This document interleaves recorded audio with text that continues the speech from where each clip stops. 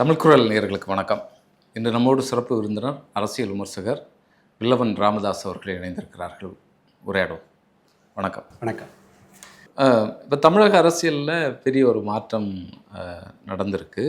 விஜய் அவர்களுடைய ஆட்சி நம்ம எப்போவுமே பார்க்க முடியாத அளவிற்கு விஜயை சுற்றி இப்போ இருக்கக்கூடிய நபர்கள், ஜான் ஆரோக்கியசாமியாக இருந்தாலும் சரி, அதுபோல் விஷ்ணு ரெட்டியாக இருந்தாலும் சரி, இப்போது டெல்லி பிரதிநிதியாக இப்போ பொறுப்பெடுத்திருக்கக்கூடிய ஜனநாயகன் திரைப்படத்தினுடைய ப்ரொடியூசர் வெங்கட் நாராயணா, இப்படி அவரை சுற்றி இருக்கக்கூடியவங்கெல்லாம் அவருக்கு கூட பரிச்சயமானவங்க, தொழில் ரீதியாக அவருக்கு சப்போர்ட் பண்ணாங்க. இப்படிப்பட்ட ஆட்களை கொண்டு வர்றாரு. இதை எப்படி பார்க்குறீங்க நீ? இது தமிழக அரசியலுக்கு இது நல்லதா? தமிழ்நாட்டுக்கு இது நல்லதாக இருக்குமா? இல்லை, தமிழ்நாட்டுக்கு நல்லதாக இருக்குமாங்கிற கேள்வி நீங்கள் மே மாதம் 5ஆம் தேதியே நீங்கள் எது தமிழ்நாட்டுக்கு எதுவும் நல்லதாக நடக்க வாய்ப்பு இல்லைங்கிறது தான் பெரிய அளவில் சொல்கிறேன். சில இடங்களில் சில சேஞ்சஸ் இருக்கலாம். அதாவது எந்த ஒரு மோசமான அரசும் கூட அதில் ஏதோ ஒரு இடத்துல ஏதோ ஒரு பெனிஃபிட் வரும், ஒரு சேஞ்ச் வரும்போது. ஆனால் ஒட்டு மொத்தமாக தமிழ்நாட்டினுடைய நீண்ட கால நலன் அப்படிங்கிற அடிப்படையில் பார்த்தீங்கன்னா இவங்க ஸ்ட்ரக்சரலி இவர்கள் தமிழ்நாட்டின் நலனுக்கு எதிராக மட்டும்தான் செயல்பட முடியும். இந்த கட்சியினுடைய வடிவம், இந்த கட்சியினுடைய அதனுடைய பிரச்சாரத்துக்கு அவர்கள் பயன்படுத்துகிற மெட்டீரியல்லேருந்து, அந்த வழிபாட்டு அரசியல்லிருந்து, ஒரு சீரியஸ்னஸ் இல்லாத தமிழ்நாட்டினுடைய தனிப்பட்ட அடையாளங்கள் மீது அவங்களுக்கு இருக்கிற அக்கறையின்மை எல்லாத்தையும் கணக்கில் போட்டு பார்த்தீங்கன்னா இவங்க சும்மா இருந்தாலே இது விளங்காம தான் போகும். அரசியலை சொல்கிறேன். பொதுவாக எதுக்கெல்லாம் கடந்து தமிழ்நாடு தன்னை முன்னாடி நிறுத்தி எந்தெந்த சண்டையெல்லாம் நடத்துச்சோ அது எல்லாத்துலேயுமே நாம் அது தொலைஞ்சிருச்சு. இஸ்லாமிய இடஒதுக்கீடு குறித்து ஒரு தீர்ப்பு வருது, சலசலப்பே இல்லை. ஒரு கண்டன அறிவிப்போட போயிடுது, அறிக்கை கூட இல்லை, ஒரு போராட்டம் எதுவுமே இல்லை. ஆனால் மேல்முறையீடு பண்ண போகிறோம், அவ்வளோதான். இல்லை, அவ்வளோதான். இதெல்லாமே ப்ரொசீஜர்லாம் நடக்கிறது.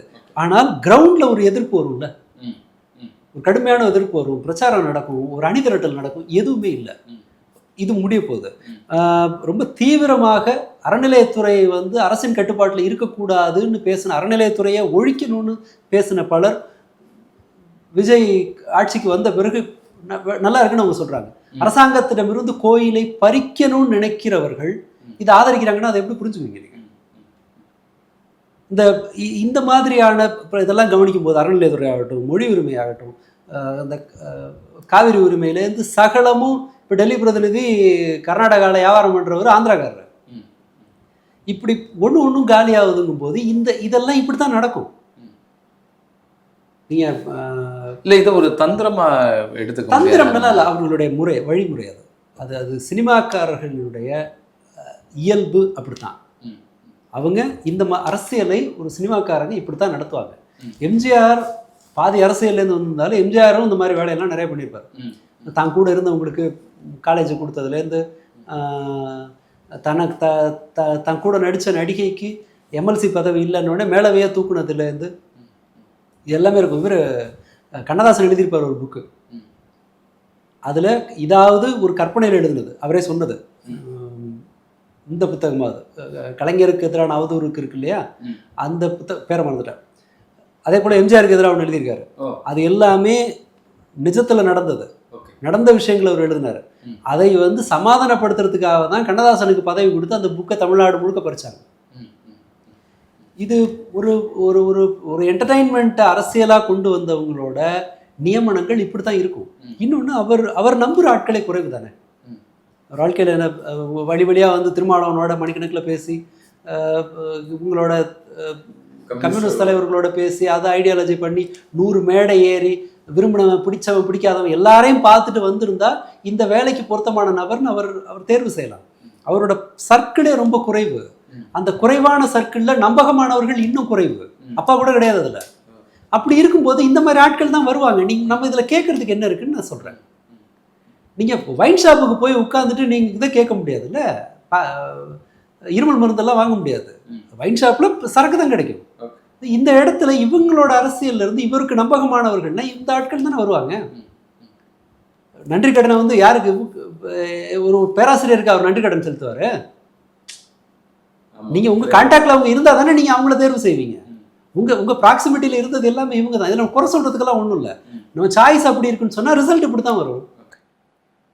இல்லை இப்போ வெங்கட் நாராயணாவுக்கு வந்து அரசியல் பற்றி எந்த அளவுக்கு தெரியும்னு தெரியல. இன்னொன்று, தமிழ்நாட்டு மக்களுடைய கொள்கை பிடிப்பு, தமிழ்நாட்டு மக்களுடைய மனநிலை, இங்கே இருக்கக்கூடிய சூழல், இதெல்லாம் தெரிந்த ஒரு நபரால் தானே டெல்லியில் வந்து அமைச்சர்களை பார்க்கும்போது அங்கே ஏதாவது தமிழ்நாட்டு லாபியை வந்து பேசும்போது அது அந்த உள்ளுணர்வோடு வந்து பேச முடியும். ஆமாம், இது எப்படி, எந்த நோக்கத்தில் இந்த நபருக்கு வந்து இந்த பதவி? அதாவது உங்களுக்கு தமிழ்நாட்டு நலன் உங்களுடைய முன்னுரிமையாக இருந்தால் தானே நீங்கள் அதை பற்றி கவலைப்படுவீங்க. எனக்காக படம் எடுத்து லாஸ் ஆனார், அவருக்கு ஒரு மரியாதை செய்யணும்னு, அதுதான் உங்களோட முன்னுரிமை. தமிழ்நாடு அதுக்கு அடுத்து தானே இவரை தான் போட்டாகணும். இல்லை அப்படியே இருக்கட்டும், ஒரு நல்ல ஹேண்டே கொண்டு போய் போடுறாங்கன்னு வச்சுப்போம். இவங்க சொல்கிறத அவங்க செய்ய முடியும். எல்லாத்துக்கும் தலையாட்டுறதுக்கு இங்கே இவங்க தயாராக இருக்கும்போது அங்கே பிரதிநிதி யாரை அப்படி யோசிக்கிறாங்க அவங்க. என்ன என் மினிஸ்டருங்களே சரியில்லை, என் குதிரையை மினிஸ்டராக்க போகிறேன்னு காளிகுல்லா சொன்னால, அந்த மாதிரி தான் இப்போ மினிஸ்டருக்கு எனக்கு தலையாட்டுறது தான் வேலைன்னும் போது ஆள் மினிஸ்டராக இருந்தானே என் குதிரை மினிஸ்டராக இருந்தானேன்னு காளிகுல்லா சொன்ன மாதிரி தான். இது அவர்களுடைய இயல்பில் இருந்து இந்த ரிசல்ட் தான் வரும். நீங்கள் இப்போவே பதறி போய் ஷாக் ஆனீங்கன்னா அடுத்து இப்போ இன்னும் 4.25 வருஷம் இருக்குது. மற்ற ஷாக்கெல்லாம் அவ்வளோதான், நம்மளை தின்னுடும். இது இப்படித்தான் நடக்கும். அதில் அவங்க கூட இருக்கிறவங்களோட ரியாக்ஷனுக்கு தான் நான் ஆர்வத்தோடு காத்துட்ருக்கேன். நேற்று வீராடியோட என்ன சொன்னார், வீரபாண்டியன் சிபிஐ அவங்க ஏரியா அவங்க முடிவு பண்ணுறாங்கன்னாரு, அவங்களுடைய தனிப்பட்ட விஷயம் அப்படின்னாரு. இன்னைக்கு ஏதாவது சுத்தப்படாத போல் இருக்கேன்னு சொல்லிட்டு இன்னைக்கு ஒரு இல்லைங்க இது பொருத்தம் இல்லை, தமிழ்நாட்டோட அரசியல் தெரியாத பண்பாடு தெரியாத ஒருத்தர் இந்த மாதிரி பண்ணுறேன், இதை மறுபரிசீலனை செய்யணும்னு இன்னைக்கு ஒரு ஸ்டெப் இறங்கி வந்திருக்கு. கட்சிக்கு ஒரு எதிர்ப்பு வருது அப்படிங்கிற வருது. ஆனால் என்ன நடக்கும், தூக்கி போடுவாங்க, அவ்வளோதான். என்ன ஒரு கம்யூனிஸ்டுகளுக்கு ஒரு எதிர்ப்பு வருது அப்படிங்கிற இல்லை கம்யூனிஸ்ட் இப்போ பிரச்சனை வந்து தாவேக்காவுக்கு அல்ல, அடுத்த சில ஆண்டுகளில் அரசியல் ரீதியாக பெரும் நெருக்கடிக்கு ஆளாக போகிறது கம்யூனிஸ்டுகளும் விசிகாவும் தான். ஆல்மோஸ்ட் நீங்கள் எனக்கு திருமாவளவனுடைய அந்த முந்தைய ஒரு வருஷம் முன்னாடி அவர் பேசுனதோட அந்த கம்பீரமும் உறுதியும் இன்னைக்கு இருக்கான்னு பாருங்களேன். அது போயிடுச்சு. ஏன்னா இவங்களை சப்போர்ட் பண்ணும்போது அது கிட்டத்தட்ட பிஜேபியை சப்போர்ட் பண்ணுற மாதிரி. இப்போ பிசிகா ஏதோ ஒரு நிர்பந்தத்தால், 2ஆம் கட்ட நிர்வாகிகளோட நிர்பந்தத்தால் பாஜகவை ஆதரிக்குதுன்னு வச்சுக்கோங்களேன். கட்சியினுடைய முடிவுன்னு திருமாவளவன் ஏற்றுக்கிட்டாலும் அதை டிஃபெண்ட் பண்ணி பேசும்போது அவரால் அந்த உறுதியோட பேச முடியாதுல்ல. கிட்டத்தட்ட இதுவும் அப்படிதான். யாருக்கு எதிராக அவங்க பேசி அரசியல் நடத்தினாங்களோ, யார் பக்கம் கட்சியினுடைய அடித்தளம் போயிடக்கூடாதுன்னு நினைச்சாங்களோ அவங்க கூட ஒரு ஒரு அக்ரிமெண்ட்ல ஒரு கூட்டணி இருக்கும்போது இந்த வீழ்ச்சி வந்தே தீரும். இவங்க ஃபேஸ் பண்ணும்போது தான் பெரிய தடுமாற்றங்களை எதிர்கொள்ள போறாங்கன்னு நினைக்கிறேன். அதே போலதான் கம்யூனிஸ்டுகளும். நான் யாராலையும் ஜெயிக்கல, மக்களால் ஜெயிச்சோன்னே இப்போ அவருக்கு விசிகா அதை எதிர்கொள்ள வேண்டியிருக்குல்ல, அந்த பிரச்சனை எதிர்கொள்ள வேண்டியிருக்குல்ல. கம்யூனிஸ்டுகள் அதே போல் அந்த ப்ரைவேட்டைசேஷனை இவங்க வேகப்படுத்துவாங்க. மற்ற சாதாரண மக்களோட நலனை, விலைவாசி உயர்வு இதெல்லாம் அவங்க விட்டு தர்ற மாதிரி இருக்கும். இது எல்லாமே விட்டு தரப்படும் போது கம்யூனிஸ்டுகள் அது சப்போர்ட் பண்ணிட்டு ஆதரவை இழப்பதா அல்லது எதிர்த்துட்டு மக்கள்கிட்ட போகிறதாங்கிற ஒரு குழப்பம் வரும். அண்ட் அதை விட பெரிய குழப்பம் என்ன இருக்குன்னா, எல்லாம் குத்து டான்ஸுக்கு தான், ஐட்டம் டான்ஸுக்கு தான் மார்க்கெட் இருக்குது, அதனால நாம் வந்து தேவையில்லாமல் சண்டை போட வேணாம் அப்படிங்கிற ஒரு குழப்பமும் இருக்கும். இது இவங்களுக்கு அரசியல் தான் சிக்கலாக இருக்கும்னு நினைக்கிறேன். தாவேக்கா கூட சமாளிக்கும், பிரச்சனை இல்லை. ஏன்னா அவங்க கண்டுபிடிச்சாங்க தமிழ்நாட்டில் ஐட்டம் டான்ஸுக்கும் பஞ்ச் டயலாக்குக்கும் ஒரு மார்க்கெட் இருக்குது, ஒரு நல்ல மார்க்கெட் இருக்குங்கிறத அவங்க கண்டுபிடிச்சிட்டாங்க. அதனுடைய பொழிவு போகும் வரை அவர்கள் அதைத்தான் பயன்படுத்துவாங்க. பட் இங்கே முட்டுச்சந்தில் மாட்டிகிட்டு இருக்கிறது விசிகா கம்யூனிஸ்ட் தான். ஏன்னா அவங்க தன் ஐடியாலஜிக்கல் கொள்கை ரீதியாக அதை காட்டிட்டு இருந்தாங்க, அங்கே தடுமாறுவாங்க. அந்த இடம் தான் சிக்கலாக இருக்கும். காங்கிரஸுக்கு சிக்கலே இல்லை, அவங்களுக்கு ப்ராப்ளமே கிடையாது. சரியா? அவங்க வந்து ஒரு அமெரிக்க துணை அதிபருக்கு முன்னாடி ஒன்று சொல்லுவாங்க. அமெரிக்க துணை அதிபருக்கு ஒரு வேலை, என்ன வேலைன்னா காலையில் எழுந்து பல்லு வலிக்கிட்டு ஒரு ஃபோன் பண்ணி, எப்பா பிரசிடென்ட் உயிரோடு இருக்காரா அப்படின்னு கேட்பாங்களாம். உயிரோடு இருக்காரு, அப்போ ரைட்டு போய் படுத்துக்கலாம். பிரசிடென்ட் செத்து போயிட்டா அந்த பதவிக்கு வர வைக்கிறது மட்டும்தான், அந்த பதவிக்கான பொறுப்புகளை பார்த்துக்கிறது தான் துணை அதிபரோட வேலை. மற்றபடி அவருக்கு ஒரு வேலை இல்லை. முன்னாடி சொல்லுவாங்க, இப்போ கிடையாது. இப்போ ஜேடி வான்ஸ் தான் நிறைய தீர்மானிக்கிறாருன்னு வச்சுக்கோங்க. அந்த மாதிரி காங்கிரஸ் வந்து ஒரு சிக்கலும் கிடையாது. அவங்க பாட்டுக்கு உள்கட்சி சண்டை போட்டுவாங்க, அதெல்லாம் நடக்கும். எலெக்ஷன் வரும்போது டப்புன்னு துண்டு வேட்டியெல்லாம் அயன் பண்ணி உள்ளே இறங்கி எனக்கு எக்ஸ்ட்ரா சீட்டு வேணும்னு சண்டை போடுவாங்க. ஸோ அவர்கள் சமாளிச்சிருவாங்க. இல்லை, இப்போ அதிகாரத்தில் நாங்கள் இருக்கோம், எங்களுக்கு கூடுதல் தொகுதிகள் வேணும் கேட்டுட்டு இருக்காங்க. அதான் சொன்னேன், தேர்தல் இல்லையா அதோட வேலையே. காங்கிரஸினுடைய அரசியல் ரொம்ப மெனக்கிடவே மாட்டாங்க. அந்த உலகத்தில் ஏதாவது ஒரு கட்சியை பார்த்துருப்பீங்களா, எல்லாரும் சேர் போட்டு தானே உட்காருவாங்க. அந்த தலையை சாட்சிக்கிற திண்டோட ஒரு கட்சி இருக்குன்னா அவங்க தான். கேஷுவலா தமிழ்ல அந்த ஆற்றொழுக்குன்னு ஒரு வார்த்தை வரும், அதாவது ஆறு மெதுவா போகும் இல்லையா, அந்த மாதிரி இவங்க வந்து ரொம்ப கேஷுவலா ரிலாக்ஸ்டா சாப்பிட்டு சாயங்காலம் தேடுவோம் அப்படிங்கிற மாதிரியான ஒரு பாலிடிக்ஸ் அவங்க பண்ணுவாங்க. அவங்களும் பெருசா கஷ்டப்பட போறது இல்லை, அவங்களுக்கு எந்த குழப்பமும் இல்லை. ஆமா, ஆட்சி எப்படி போனாலும் எந்த திசை தெற்க போன வடம் போனாலும் என்ன போனாலும் அவங்க கவலைப்பட மாட்டாங்க. கரெக்டா ஆக்டிவேட் ஆயிடுவாங்க. எலெக்ஷன் வரும்போது டக்குன்னு ஆக்டிவேட் ஆயிடுவாங்க, எனக்கு கூடுதல் சீட்டு வேணும்னு. தஞ்சாவூர்ல ஒரு போராட்டம் பார்த்தேன், தாவேக்கா ஆட்சி வந்த இதுல பார்த்தா ஒரு 7 பேர் இருக்காங்க. அதுல குறைந்தபட்ச வயசு 70. காங்கிரஸ்காரங்க தாவேக்கா ஆட்சி அமைச்சதை கொண்டாடுறாங்க. முதியவர்களுக்கான ஏதாவது போராட்டம். லோயஸ்ட், அதுல யங்கஸ்ட் பர்சன் 70 வயசு இருப்பாரு. ஸோ அது அப்படி இருக்கவங்க அவ்வளோ ரிலாக்ஸ்டாக தான் அரசியல் பண்ணி ஆகணும். ஓகே ஃபைன், அது ரைட், அது ஏஜ் ஒரு இது இல்லை, நான் சொல்கிறேன். அவங்களோட பாலிடிக்ஸ் ரொம்ப ரொம்ப கேஷுவலாக இதாக தான் இருக்கும், ரொம்ப மெதுவாக. அதனால் வேடிக்கை பார்க்குறதுக்கு ஒன்றும் இல்லை, இப்போ கண்டென்ட் எதுவும் இருக்காது. நம்ம ஏதாவது போய் ஒம்பளுதா தான் உண்டு, மற்றபடி அங்கிருந்து ஒரு பெரிய இது வராதுன்னு நினைக்கிறேன். இப்போ முதல்வராக பதவியேற்றிருக்கக்கூடிய விஜய் அவர்கள் ஒரு பதட்டம் தோய்ந்த ஒரு ஒரு ஒரு மனச்சூழலில் சிக்கி இருக்கிறாரோ, அதனால தான் இப்படி ரொம்ப நெருக்கமாக இருக்கிறவங்கள சுற்றி வச்சுருக்கிறாரோ. ஏன்னா தன்னுடைய பர்சனல் செக்ரட்டரியாக ஒரு ஐஏஎஸ் அதிகாரியை வந்து அமர்த்தியிருக்கலாம், அனுபவம் மிக்க ஒரு தமிழ்நாட்டை பற்றி தெரிஞ்ச பல துறைகளில் வேலை பார்த்த ஒரு நபரை வச்சுருக்கலாம், அரசியல் ஆலோசனைகளுக்கும் இந்த மாதிரியான ஆட்களை வந்து வச்சுருக்கலாம். அப்படி யாரையுமே வச்சுக்கல, சுற்றி இந்த மாதிரியான ஆட்களை தான் வச்சுருக்கிறாரு. இந்த படிக்காத மாணவன் பள்ளிக்கூடத்தில் போகும்போது ஒரு பதட்டத்தோடு போவானோ, அந்த மாதிரியான ஒரு சூழலுக்குள்ளால் சிக்கியிருக்காரு. ஏன்னா இந்த நீங்கள் எதிர்க்கட்சி தலைவருக்கு பதில் சொல்கிறதுக்கு முன்னால் வரைக்கும் அவர் வந்து அவரை பார்க்குறதுக்கு ஒரு கொலைக்களத்தில் சிக்கிக்கொண்ட ஒரு நபர் போல தான் உட்கார்ந்துருந்தார். அதனுடைய வெளிப்பாடாகத்தான் பாதுகாப்பான நபர்களை சுற்றி வச்சுருக்காரோ. சினிமா நடிகர்களுக்கு அந்த இன்செக்யூரிட்டி பொதுவாக பிறரை அணுகாத தன்னை துண்டித்து கொண்டு இருக்கவங்களுக்கு அந்த பிரச்சனை இருக்கலாம். பட் அதை நாம் அது குறித்து பேசுறதுக்கு பெரிய பிரயோஜனம் இல்லைன்னு நினைக்கிறேன். ஏன்னா அரசை நடத்துவது மற்றவர்கள், அவர்கிட்ட பெருசாலாம் அந்த எல்லாமே போகிற மாதிரி தெரியல. அதை ஒரிஜினா ஒரு சைட்லேயும் மற்றவங்களாம் அதை பண்ணுறாங்க. சில இடங்களில் மட்டும் அவரோட நலனை பாதிக்காத அளவுக்கு நடக்குது, மற்றவர்கள் தான் அதை நடத்துறாங்கன்னு தான் நம்ம நம்ப வேண்டியிருக்கு. முழுக்கவே அத்தனையும் அவர் கட்டுப்படுத்துறாருன்னு நான் நம்ப. இல்லை, என்ன நடக்குன்னு அப்படிங்கிறது கூட தெரியணும்ல அவருக்கு. அது சரி, அது ஜெயலலிதாட்டி இந்த பிரச்சனை இருந்தது இல்லை, சசிகலாவுக்கு தானே. இவரு தாப்பாண்டியனே சொன்னார், மற்ற எல்லா பேச்சுவார்த்தையும் சசிகலா அவங்களோட நடந்து முடிஞ்சிடும், ஜெயலலிதாவை கடைசியாக அவங்க போய் அவங்கள்ட்ட அப்டேட் பண்ணுவாங்க, அம்மா இந்த மாதிரி இது பேசியிருக்கோன்னு சொல்லி ஜெயலலிதா ஃபைனலாக வந்து டேபிளில் உட்காந்து ஒரு அக்ரிமெண்ட்டை போடுவாங்க அப்படின்னு சொல்லியிருக்காங்க. இவர் பதட்டமாக இருக்கிறது, ஒரு மாதிரி இதில் பொருந்தாமல் இருக்கிறது, இவர் சலிப்பாக இருக்கிறதெல்லாம் நடந்து தான் தீரும். ஏன்னா சினிமா ஷூட்டிங்கும் போது அது எல்லாமே ஹீரோவை மையப்படுத்தி தான் இருக்கும். ஹீரோவுக்கு பிடிச்ச கதாநாயகி, ஹீரோவுக்கு மூட் அவுட்னா அன்னைக்கு ஷூட்டிங்கை கேன்சல் பண்ணலாம், ஹீரோவுக்கு ஸ்டெப்ஸு கஷ்டமாக இருக்குன்னா ஸ்டெப்பை மாற்றுவாங்க, ஹீரோவுக்கு கூட வந்து சிங்க் ஆகலைன்னா கேரக்டரை மாற்றுவாங்க, அந்த பாத்திரத்தை வேற ஒரு நடிகரை வச்சுருவாங்க. எல்லாமே ஹீரோவோட கண்ணசைவின் படி தான் நடக்கும். அப்போ அவங்க ரொம்ப இதாக இருக்கலாம், கம்பீரமாக ஜாலியாக இருக்கலாம். பட் அரசியல்ங்கிறது வந்து உங்கள் கூட இருக்கிறவங்கள மட்டுமே வச்சுட்டு நடத்தக்கூடியதல்ல. கண்டனம் வரும், நீங்கள் உங்களுக்கு சம்மந்தம் இல்லாத ஒரு இடத்துல ஒரு பர்த்டேவை கிராண்டாக செலிப்ரேட் பண்ணணும்னு நினைக்கும் போது அமோனியா வாயு கசிஞ்சு 15 பேர் சாவாங்க. இப்போ அதை பற்றி கவலையப்படலை. சாராயத்தில் செத்ததுக்கு வந்து கடகடான்னு மாசக்கணக்கில் பேசுனாங்க.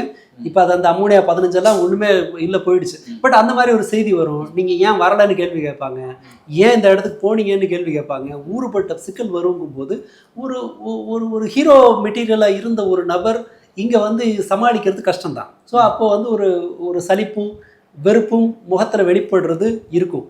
பட் அது அது அது ஒரு பிரிஸ்காக இருந்தாலும் டல்லாக இருந்தாலும் நடக்கிற அழிவோ இதுவோ நடவடிக்கைகளோ மாறப்போகிறது இல்லை. அது அப்படியே தான் இருக்கும். கவர்மெண்ட்டோட நடத்தையில் அது பெரிய இம்பாக்டை பண்ணுன்னு நான் நினைக்கல. ஸோ அது பொருட்படுத்தத்தக்கது இல்லைன்னு நான் நினைக்கிறேன். ஆனால் முடிவுகளை எடுக்கிறது, அதுக்கு என்ன நடந்துட்டு இருக்கு அப்படின்னு பார்க்குறதெல்லாம் ஒரு முதலமைச்சருடைய கடமை வேலை தான். பட் இப்போ குறிப்பாகவே இப்போ அமோனியா அந்த பாதிப்பில் வந்து 15 நபர்கள் இறந்து போனாங்க. அவர்களுக்கு இந்த இழப்பீட்டு தொகையாக 2 லட்ச ரூபா மட்டும்தான் அறிவிச்சிருக்கிறாங்க. ஆனால் கத்தாரில் இறந்து போன நபர்களுக்கு செய்ய வேண்டியதுதான், அதில் மாற்று கருத்து இல்லை, 10 லட்ச ரூபா வந்து கொடுத்துருக்குறாங்க. இந்த ஒப்பீடு வடமாநில தொழிலாளர்கள் அப்படிங்கிறதுனால இப்படி ஒரு குறைந்த ரொம்ப குறைவான பணத்தை வந்து கொடுக்குறாரு, அது கூட இவருக்கு தெரியுமா அப்படிங்கிற பல்வேறு கேள்விகள். இதுக்கு இந்த அவமானத்திற்கு பொறுப்பெடுத்துக்க வேண்டியது எல்லாரும் தான், குறிப்பாக இடதுசாரிகள், பிசிகா. இவங்க அப்படி தான் பண்ணுவாங்க. ஒரு இதில் தானே எதுக்காக கான்ட்ராக்ட் ஆள் எடுக்கிறோம், அவனுக்கு காம்பன்சேஷன் கொடுக்க வேண்டியில்லைங்கிறது தானே. அது இது ஒரு அவமானம்னு சொன்னால் ஒட்டுமொத்தமாக எல்லாரும் நம்ம எல்லாருமே இதுக்கு பதில் சொல்லுவோம். அதை நான் ஏற்றுக்கிறேன். இவர்களுக்கு இந்த நெருக்கடியை இது நிஜமாக அந்த கேள்விக்கு பதில் சொல்ல வேண்டியது சிபிஐயும் சிபிஎம்மும் தான். ஏன்னா இது குறித்த ஒரு அவேர்னஸ் இருக்கிற கூட்டம் இல்லை. அவங்க சிம்பிளாக ஒரு உதவே வந்து அது மாத்திரை நசுக்குனேன்னு ஆர்கியூ பண்ணுற ஒரு குரூப். அது மொபைல் ஃபோனில் வச்சுட்டு ஒரு பவுடரை நவுத்துறாரு, அது மாத்திரைன்னு சொல்லி சாதிக்கிற ஒரு குரூப். அது அவங்களோட கருணையோட அளவு அவ்வளோதான் இருக்கும். ஆனால் இப்படி ஒரு விஷயத்த ரொம்ப சர்வசாதாரணமாக மறந்துட்டு நம்ம ஸ்டேட் நடக்குதுன்னு சொன்னால் அது நம்ம ஒட்டுமொத்தமாக இது ஒரு அவமானமான ஒன்று. 2 லட்ச ரூபான்றது என்னது காணும்? ஒரு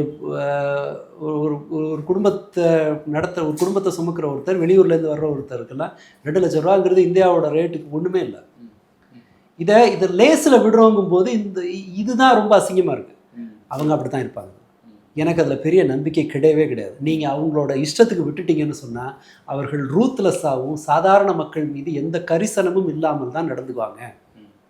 பல சமயங்களில் அவங்களோட பதில் இர்ரெஸ்பான்சிபிளாக அப்படி தான் இருந்திருக்கு. நம்ம அதில் பெருசாக பண்ணுறதுக்கு ஒன்றும் இல்லை. இந்த அவமானத்திற்கு அநேகமாக எல்லாரும் பொறுப்பேற்றுக்கணும். கூடவே இருந்து இந்த இடத்துல பிரமாதமாக வெட்டி முடிச்சிடலான்னு சொல்லி கூட போனாங்க இல்லையா, இவங்க தான் அதுக்கு முதல் பொறுப்பு. இதுக்கு முன்னாடியெல்லாம் பேசியிருக்காங்கல்ல, ஒரு காம்பன்சேஷன் ஏன் இப்படி மோசமாக இருக்குன்றதை பேசியிருக்காங்கல்ல. அப்போ இது ஒரு சாராயம் வந்து அரசாங்கத்தோட அலட்சியம்னு சொல்லி சாராய சாவுக்கு வந்து 10 லட்ச ரூபா கொடுக்கறது போது இதுவும் வந்து ஒரு அரசாங்கத்தினுடைய சூப்பர்விஷன் ஃபெயிலியர்லேருந்து வந்தது தானே. அதெல்லாம் கூட இருக்கட்டும், என்னவோ ஒன்று ஒரு தலைநகரத்தோட பக்கத்தில் மக்கள் சாதாரணமாக மூச்சு தண்ணீர் இறந்துருக்கிறான். ஒரு இதில் அம்மோனியா இதில் நுரையீரல் வீங்கி இறந்துருக்கான். 2 லட்ச ரூபாங்கிறது என்ன மாதிரி ஒன்று ஒரு சாதாரணமாக எப்படி சொல்கிறது, அந்த ஈமச்சடங்குலே அந்த பணம் வந்து காலி ஆயிரும் அப்படிங்கிறது தான். அதை வந்து இவ்வளவு எனக்கு இப்போ கேட்கும்போது புரியுறது என்னன்னா, ஏன் அதை நாம் ஒரு பெரிய பிரச்சனை ஆக்கலை அப்படிங்கிறது தான். இந்த ஒரு விஷயத்தில் நம்ம எல்லாருமே கொஞ்சம் அவமானத்துக்குரிய வகையில் செயல்படுறோம்னு தோணுது. தமிழ்நாட்டையே ஒரு வேற மாதிரி பார்ப்பாங்கல்ல, அது ரொம்ப அசிங்கமாக தான் இருக்கு. வெளி மாநிலத்தவர்கள் தமிழ்நாட்டை வந்து போடுற மாதிரியானது. ஆமாம், தமிழ்நாட்டில் போகக்கூடிய நம்மளுடைய தொழிலாளர்களுக்கு இந்த அளவுக்கு தான் மதிப்பு அப்படிங்கிற ஒரு பார்வை இருக்குல்ல. ஆனால் கடந்த காலங்களில் வடமாநில தொழிலாளர்களுக்கு ஒரு பிரச்சனைன்னா திமுக அரசெல்லாம் உடனடியாக இறங்கி அதுக்கு வேலை செஞ்சு இது பண்ணதெல்லாம் பார்த்தோம். இந்த மாதிரியான விஷயங்கள் நம்ம கேள்விப்படலை, பார்த்தோம். ஆனால் இதை கண்டுகொள்ளாத ஒரு இது போனா போட்டோம் அப்படிங்கிற. கரூர் விஷயத்தில் எவ்வளோ போச்சு, எவ்வளவு இவங்க கட்சியிலேருந்து 20 லட்ச ரூபா கொடுத்தாங்க. 20 லட்ச ரூபா. அது ஒரு தேர்வு அவங்களா வந்து இதானது. இது என்னன்னு தெரியாமல், அம்மோனியானா என்னன்னே தெரியாத அந்த ரிஸ்கோட அந்த ரிஸ்கினுடைய தீவிரம் தெரியாமல் மாட்டிக்கொண்டவர்கள். ஓகே, இது நாம் இது இது இது வெறுமனே இந்த பழியை நாம் டிவிகே சைடில் திருப்ப முடியாது, அவங்க அப்படி தான் இருப்பாங்க. இது தமிழ்நாடு இருக்கிற எல்லாரும் நம்மளை பார்த்து கேட்டுக்க வேண்டிய ஒரு கேள்வி. எப்படி இந்த மாதிரி கேஷுவலாக ஒரு 2 லட்ச ரூபாய் அப்படி விசிறி அடிச்சுட்டு இவ்வளவு பெரிய ஒரு ஒரு ஒரு இழப்பை கடந்து போக நம்மளால் முடியுதுங்கிற கேள்வி நம்மளே கேட்டுக்கணும்னு நினைக்கிறேன். ஈவன் தோ நான் கம்யூனிஸ்ட்டை கேட்டாலும் கூட அந்த அதை அவங்களுக்கு கூடுதல் பொறுப்புன்ற அளவில் இருந்தாலும் கூட இது நம்மள்கிட்ட நம்மை நோக்கி நம்ம ஏன் அதை வந்து மென்ஷன் பண்ணலை. நானும் ரொம்ப நிறைய சோஷியல் மீடியா பதிவுகளை கூட நான் நிறைய பார்க்கல. நம்மளும் ரொம்ப ஈஸியாக அந்த பணங்களை தாண்டி போக கற்றுக்கிட்டோமோன்னு நினைக்கிறேன். புரியுது. சாவுக்கு மரியாதை இல்லைன்றதுனால தமிழ்நாட்டில் 40 பேர் செத்ததுக்கே பெருசாக ஒன்றும் தான் கிடையாது. அது குறைஞ்ச மாதிரி தெரியலையே. அதனால் அது ஒரு ரொம்ப இயல்பாக நார்மல்னு எடுத்துட்டாங்களோன்னு எனக்கு தோணுது. தொடர்ந்து பேசுவோம். தமிழகத்தில் தாவைக்க ஆட்சி எந்த திசையை நோக்கி பயணிக்கிறது, குறிப்பாக கூட்டணியில் இருக்கக்கூடிய கட்சிகளுடைய அந்த தடுமாற்றம் வர வர வந்து ரொம்ப அதிகமாக வெளிப்பட்டு கொண்டிருக்கிறது. வரக்கூடிய நாட்களில் இந்த பயணம் எப்படி இருக்கும் அப்படிங்கிறதெல்லாம் நம்ம பொறுத்திருந்து பார்க்க வேண்டியதாக இருக்குது. தொடர்ந்து பேசுவோம். உங்களுடைய நேரத்திற்கும் கருத்திற்கும் நன்றி.